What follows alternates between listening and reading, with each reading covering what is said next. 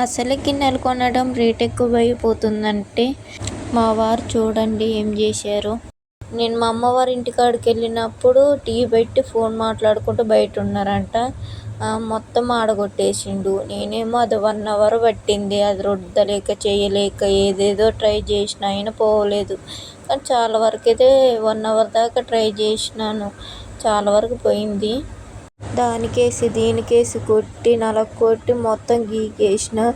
ఏ tips చేసినా అదైతే పోవట్లేదు. నాకు తెలిసి 1 వీక్ నుంచి ఆ గిన్నె వాటర్ పోసి నానబెట్టిన అయినా పోవట్లేదు.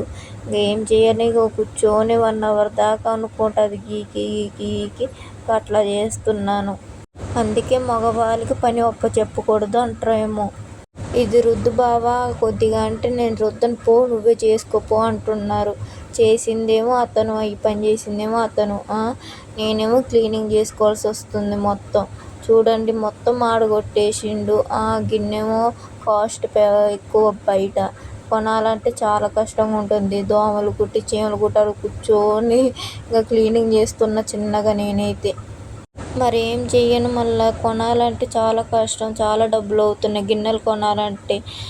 ఒక్కటి 500 అంటే ఒక్క గిన్నె బయట గ్లాసే 50 రూపీస్ చెప్తున్నారు. ఇంకా ఆ గిన్నె ఇంకా చూసుకోండి, నాకు తెలిసి 50-100 చెప్తారేమో గిన్నెని బయట. అందుకే చిన్నగా కూర్చొని రుద్ది కడిగేసాను.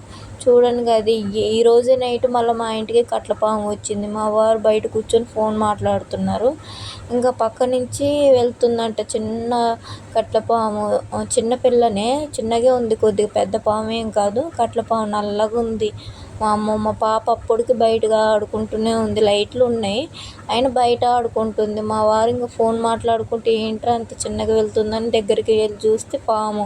ఇంకెట్లా ఒకటైతే ఒక్కడే చిన్న పామేగా ఒక్కడే చంపేసిండు.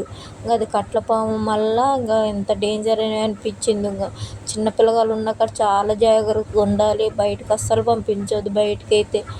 చూడండి మా పాప నిలబడి చూస్తూ ఉంది పాముని. చాలా భయం వేసింది నాకైతే. ఇంక